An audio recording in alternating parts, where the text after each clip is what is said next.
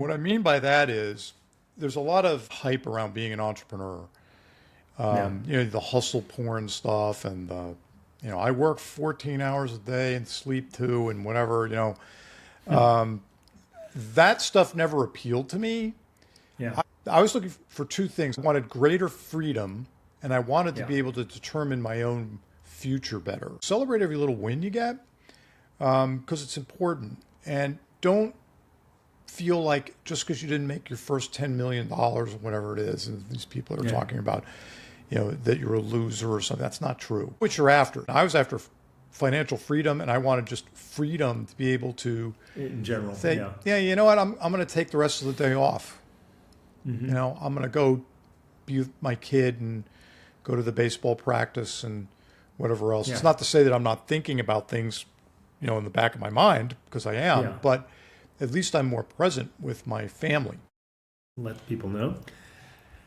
Hello. Today we have Tom, and he's with 551 Media, or I think he's also maybe known as the marketer influencer. So, marketing influencer. Maybe The you can influence correct me on marketer. that. Influence marketer. Okay. So, as an influence marketing consultancy that services clients around the world, he founded this company to share his knowledge and experience with others who want to learn about this powerful marketing strategy. He's been applying this since 2007 and also as a corporate consultant since 2009. He's an international speaker and recognized one of the top 50 experts in the field by Talking Influence. Tom, it's great to have you, and look forward to learning more about what you do as an influencer and how you share that with the companies you work with. Sure, So, absolutely. Thank you for having me. absolutely. So the first thing I was just kind of curious, it's like I just reviewing your history and so forth. It's like it was interesting. You talked, about that transition time when there was some outside influence, the economy, certain things going on, and boom, you found yourself, kind of reinventing your career and so forth. If you wouldn't mind speaking a bit about that. Yeah, it was the time we were referencing is 2008, Okay. 2009 when we went through that financial crisis period. Hmm. And at the time, I was working for HP, which is a major enterprise, Yeah. and I was part of the PR department there. I was part of the worldwide PR department. And while there, I was responsible for consumer laptops as a product set. Whenever some new consumer product in that area was announced or whatever, I was involved in it. So, Hmm. writing press releases, working with teams to make sure that the messaging was correct, and managing an agency that helped us, and dealing with different regions of the world and whatnot. So it was all of that. But the crisis, what it did was it changed the media landscape rather quickly, because up till then we had been dealing with publications that whether business or trade publications or technology publications had been around for quite a while, Hmm. and were really pretty established for the most part. What was coming online was blogs, and websites were becoming, some media websites were up and coming, things like that. And then there was also the advent of bloggers. So Mm. what I was dealing with, though, was the fact that many of the publications that we had traditionally dealt with and the people there were going by the wayside. So the publications were going away. Many of the people that I had dealt with changed careers, moved into different positions or whatever, and it was gone. So, that left a rather gaping hole, because we still needed to get our message out about the products so that the consumers, the buyers, would be aware of what we were doing. Hmm. I started to explore bloggers as an alternative, sort of as a lark at first, just trying to figure out what that whole thing meant. And, we started slow, put our toe in the water, so to speak, Hmm. dealt with 5 or 10 of them at a time and tried to figure out what this whole landscape was about and how it worked.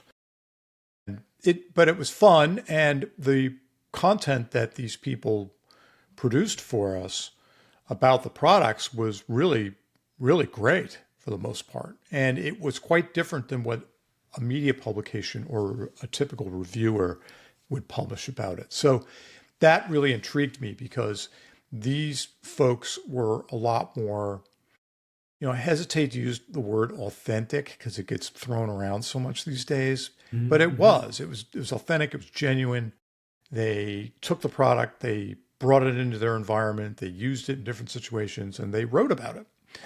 And in some cases, even back then, they would do video, but the video was sort of up and coming. It was still sort of, a little bit more raw than what you're seeing produced today.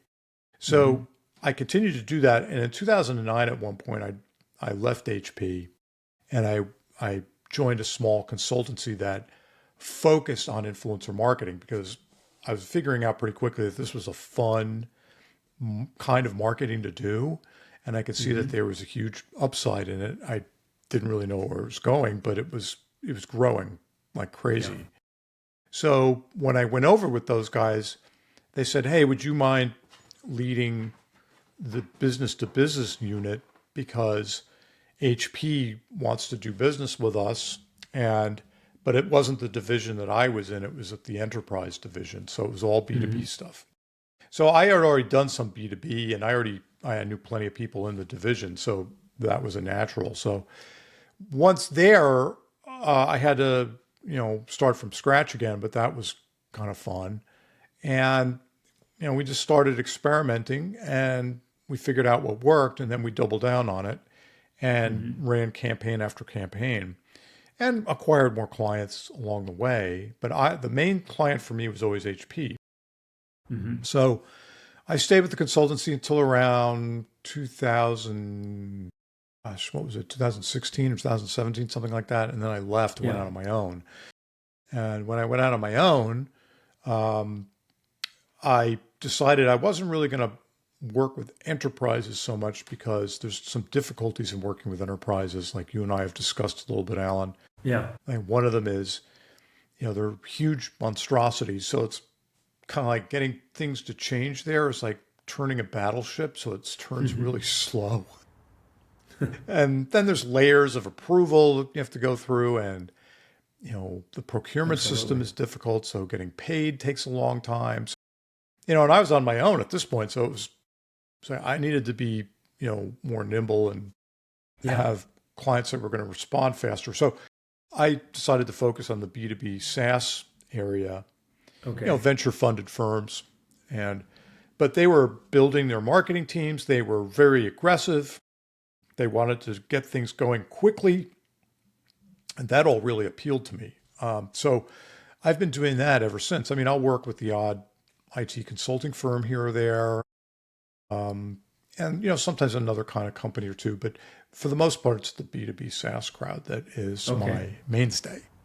And as far as like choosing SaaS over other areas, is there anything that particularly, I think you said they're nimble, they're usually startups and so forth and venture funded. Were there any other let's say markets or so that you'd be interested in exploring to try to expand your business into, or? Yeah, I guess so. It depends partially on what it is, what they want to do, and is it a good fit for me? So I'm at a point in life where, I don't want to have to deal with a difficult client if I don't have to. So that's reasonable. I kind of have a process where I vet potential clients pretty carefully. Okay. And I look at who I'm going to be working with, what their track records are, where they've come from, what they're looking to do. Again, the objectives are really, really important. I make it really clear about what influencer marketing, in my view, can do and what it cannot do. So the one thing that's dangerous is that people think, well, influencer marketing, if we just get some influencers to talk about our brand and product, people are going to just start buying. Yeah. So that's the furthest thing from the truth. So, I really make it clear about what it is that we can achieve together and but what it is that we can't. So I'm very Yeah. clear about that. And, so again, it's got to be a good fit for me, Alan. Sure.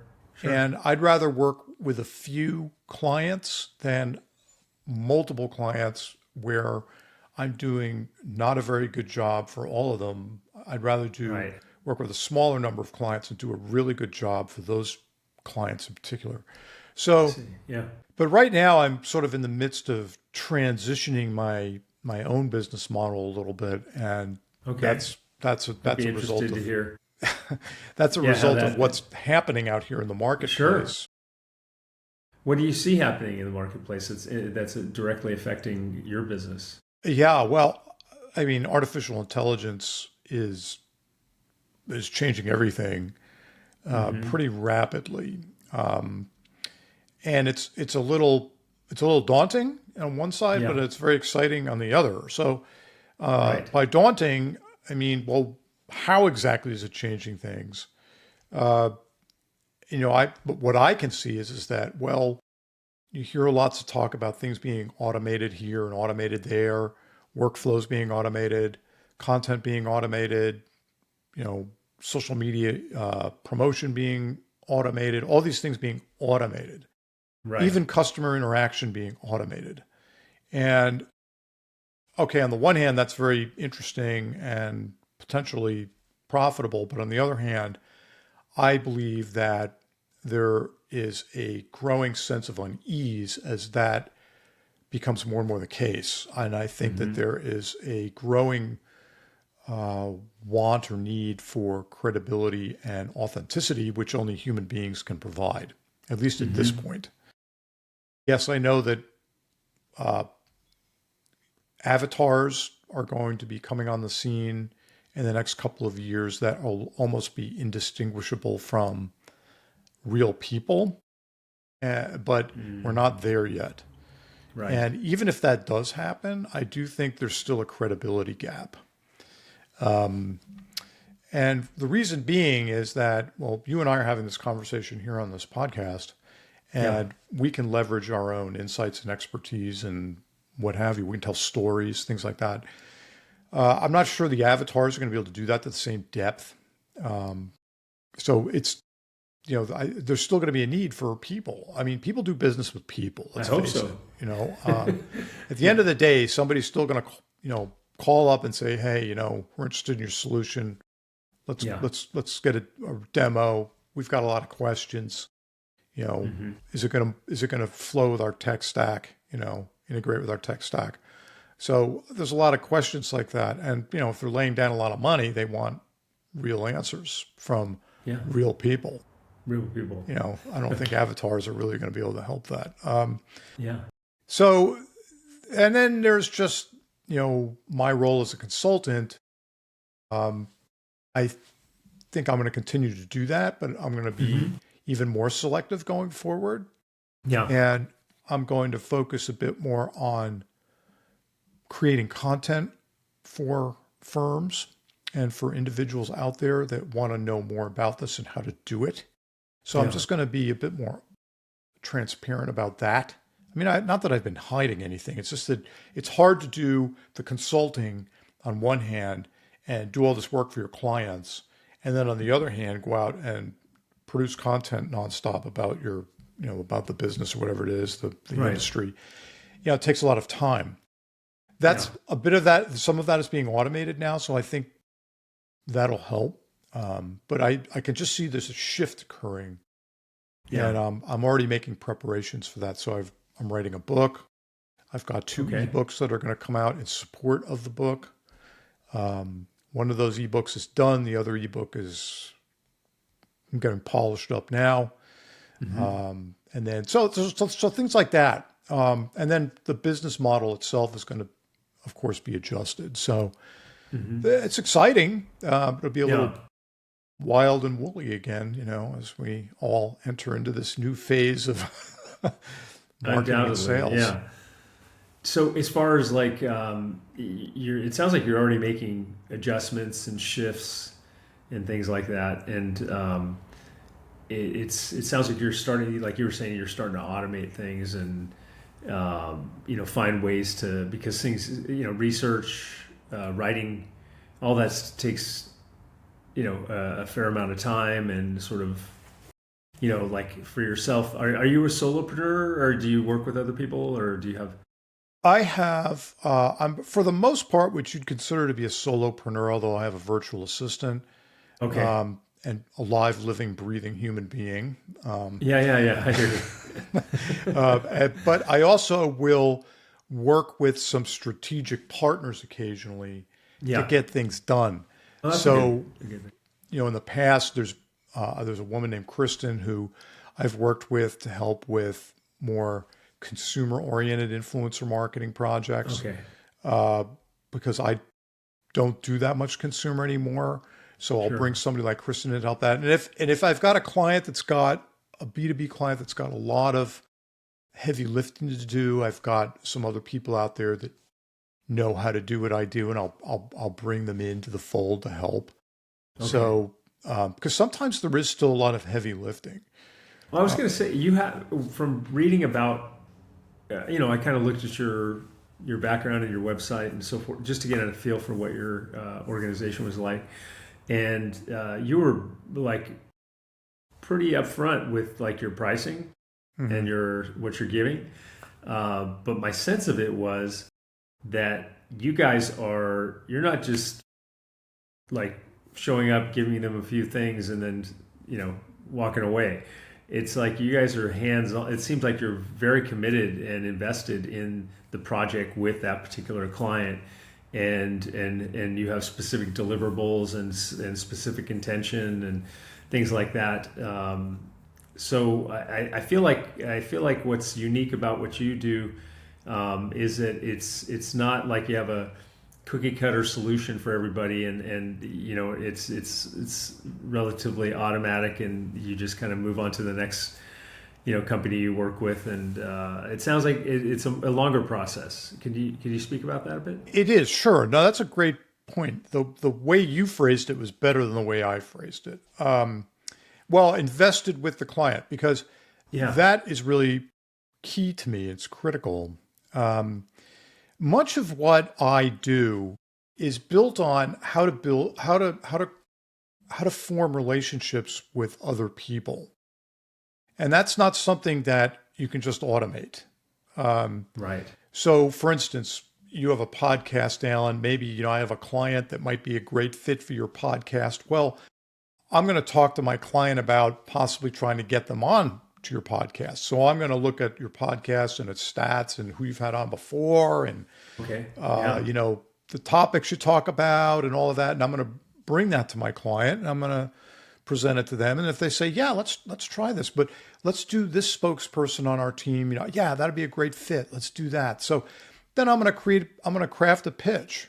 It's an old Yeah. PR thing, but I'm going to say, hey, Alan, I got something I think might be attractive to you. What if we talked about this, that, and the other thing on your podcast and had this company Yeah. spokesperson on? And you said yes. Okay. Well, then No it's not problem. done Yeah. yet, because I have I I go the extra mile. I create a briefing sheet for my client about your podcast and Right. about everything, what we're trying to achieve with it, the messaging we want to get across, and the links to former episodes and all that stuff, Mm-hmm. and get it to the spokesperson. The spokesperson feels as comfortable as possible before they get onto the podcast with you.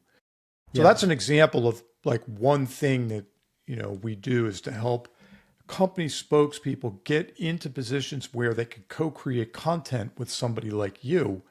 Yeah. That content gets published, and then I help the company to say, okay, well, what else can we do with this content once it's published?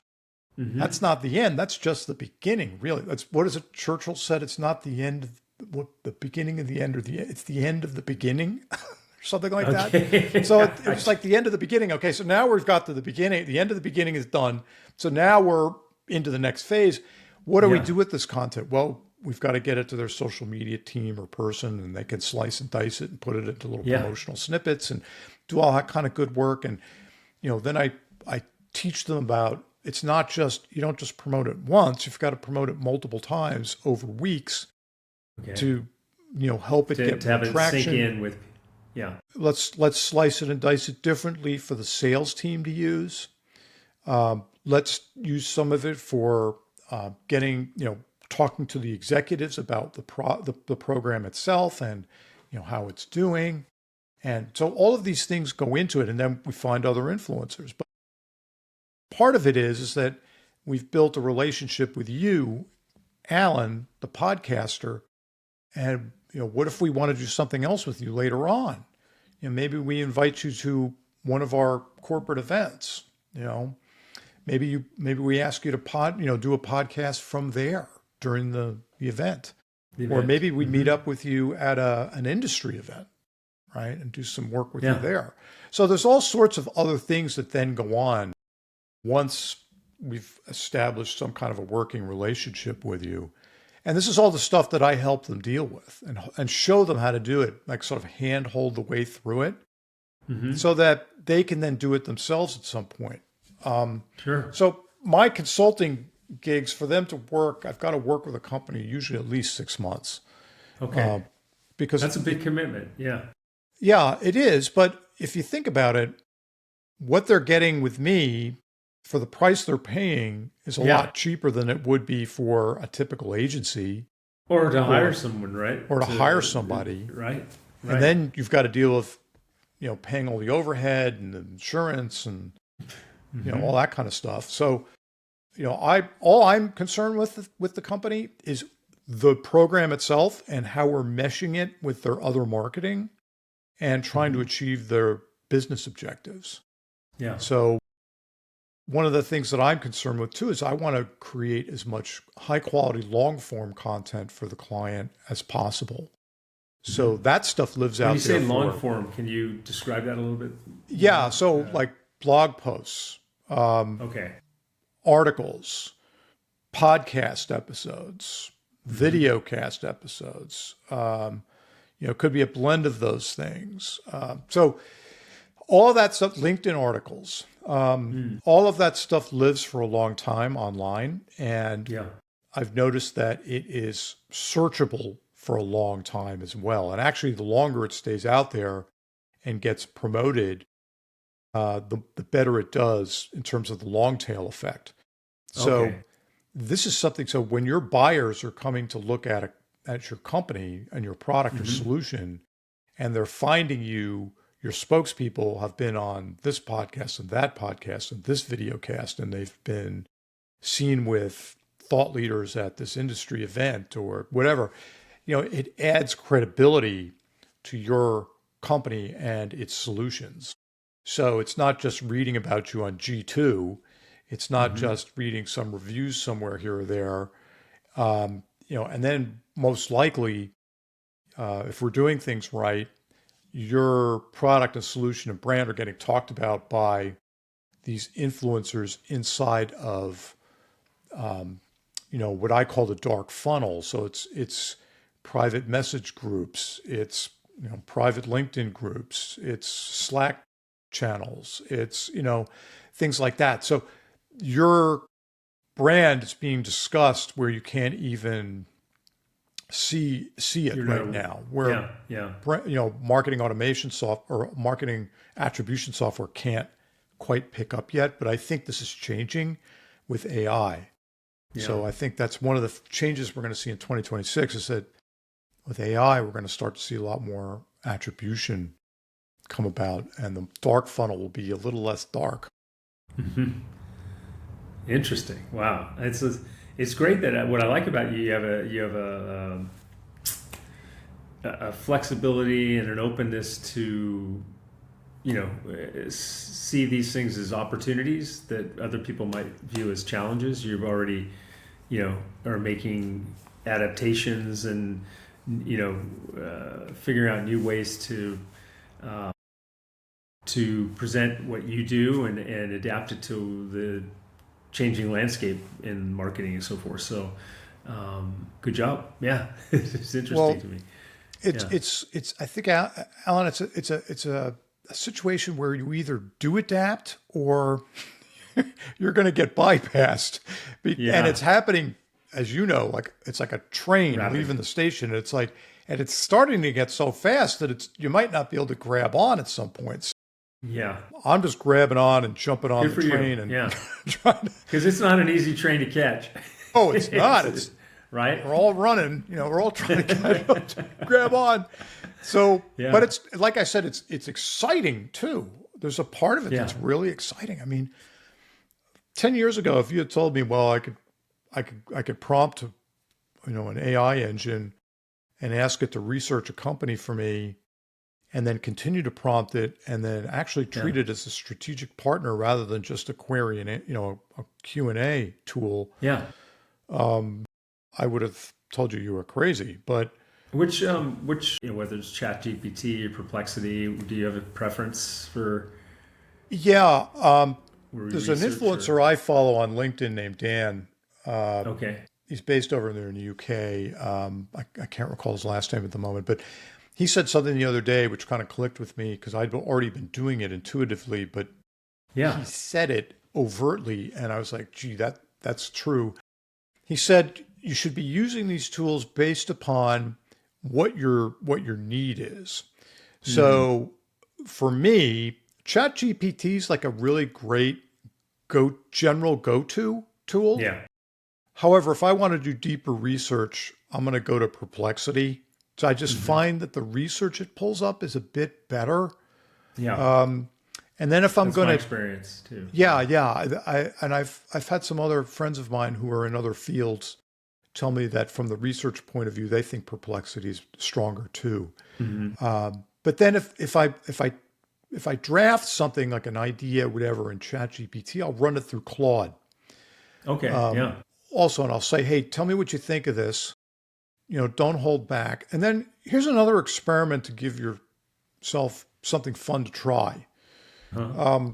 One thing I'll do is I'll say, okay, rather than just get some back generic personality, I'll ask it to adopt a personality that is in the public sphere and rather well known. So you could use Warren Buffett, right? Okay. You could say, adopt Warren Buffett's attitude and personality when you respond to me about these and on these questions, Yeah. and then it's going to do that, and it's going to. But I make sure that it think like that person. Don't Hmm. don't just mimic it. Think it as much as you can, Yeah. and you'll be surprised at the output. Oh, that sounds incredible. One of the Yeah. ones I've been using is a fictional character, but it's a well-established one, and that's Bobby Axelrod from the show Billions. He plays the Okay. part of the audacious billionaire hedge fund manager. So I'll say, pretend you're Come Bobby from that Axelrod. perspective. Yeah, and if this idea sucks, you tell me, Okay. and don't hold back.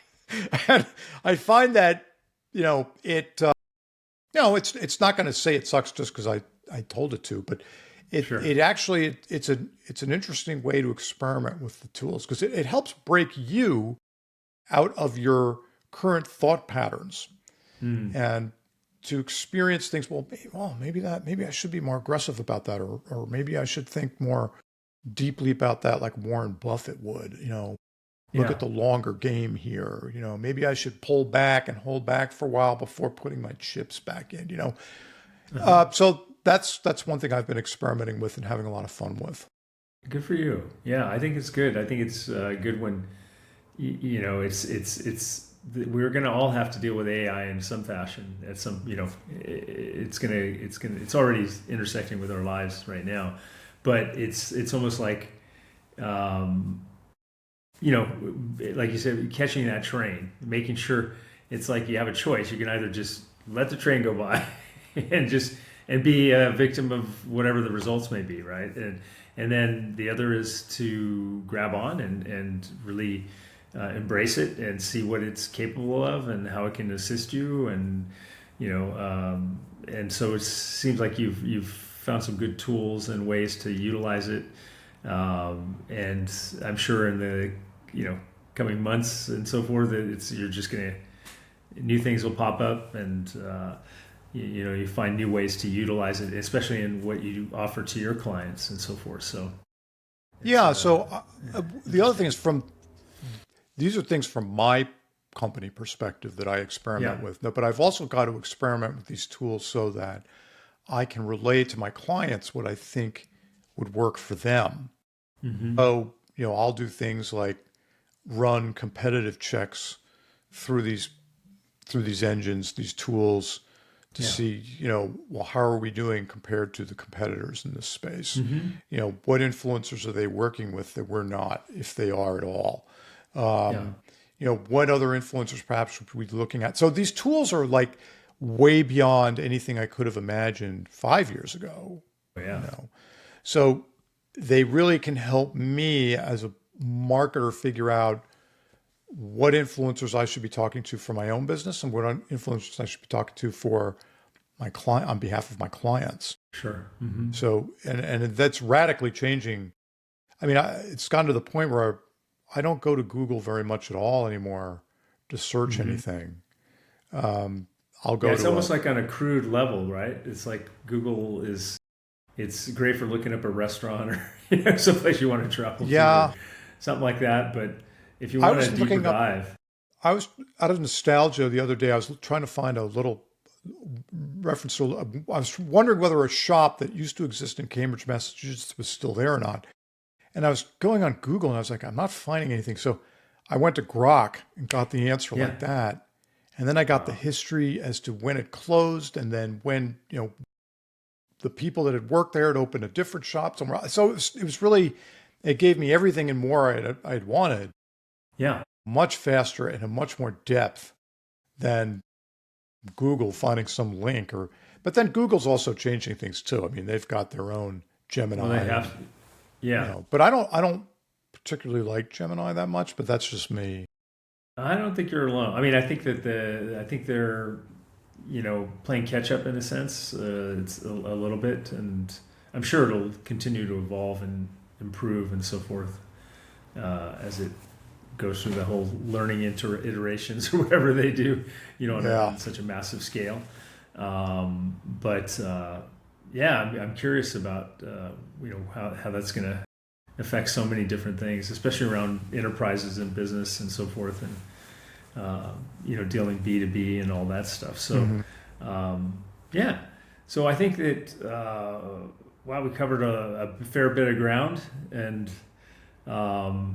it's great having you on this podcast show today, and I definitely would love to have you on again at another time, and see where things are at as things move on. But yeah, it's great to have you, and I think that you're going to catch that train, or you're already on it. I'm holding on for dear life. No, I hope I don't you're get on thrown it. off. You're gonna jump into the train, be one of the passengers, and you're good to Hopefully, I go. already am, but we'll Yes, see. I imagine. We'll, Yeah, we'll see. But no, it's yeah, been great chatting with you. One other thing I'd just like to absolutely. mention. This Yeah, is a little different than what we've already been talking about. But sure. when I started my consultancy, I really had to start it. I really didn't have a choice because the company I had been with kind of imploded, folded. So I Oh. did. I was either go out and find another job Mm-hmm. or do this. So I Mm-hmm. decided to do this, and it was not always easy at first. I'll tell you. Yeah. And one thing I think that every person out there who's listening to this podcast should consider Mm-hmm. is that if you're thinking about starting your own company at some point, you're still with an established firm and you're drawing a salary, one thing you should start doing now is building up your profile on places like LinkedIn and start publishing some content now so that you're not starting cold if you leave. The other thing is build up enough assets to be able to cover you if Yeah. that gap To ride that until your period. first Yeah. clients come in. I mean that can be a real nail biter at times, Yeah. Yeah. and I know not enough people talk about this, but No, that's good advice. Good advice there are because there are it's times there are times mhm. that you'll be lying in bed at night, staring up to the ceiling at 3 o'clock in the morning, wondering where your next Yeah. client's going to come from, or Yeah. or whatever because you got to pay the bills. And Right. that is that's that point where you're sort of looking into the chasm, I think, and there's nothing there, but whatever it is supposed to be staring back at you or something. Well, I think one of the things though too is that it's like not everyone's cut out to be an entrepreneur.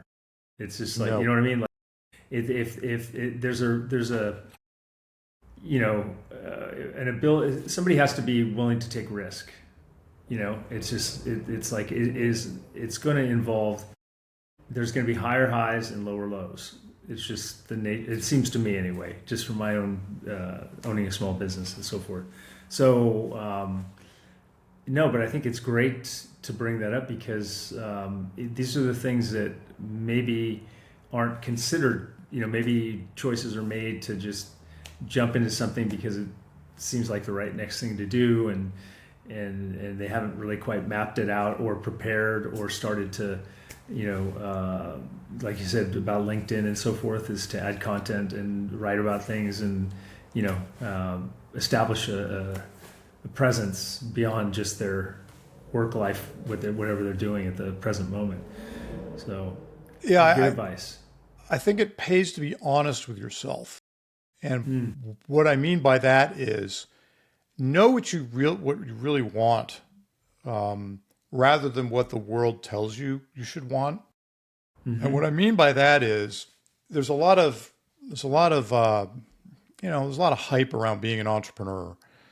The hustle porn stuff and I work 14 hours a day and sleep 2 and whatever, that stuff never appealed to me. Yeah. I was looking for 2 things. I wanted greater freedom, and I wanted to be able to determine my own future better. Once you start to build up a little bit of a track record for yourself as when you're founding your business and starting to bring in clients and stuff, you're building your track record. Mm-hmm. And you can always point to those as social proof or references. References still matter today.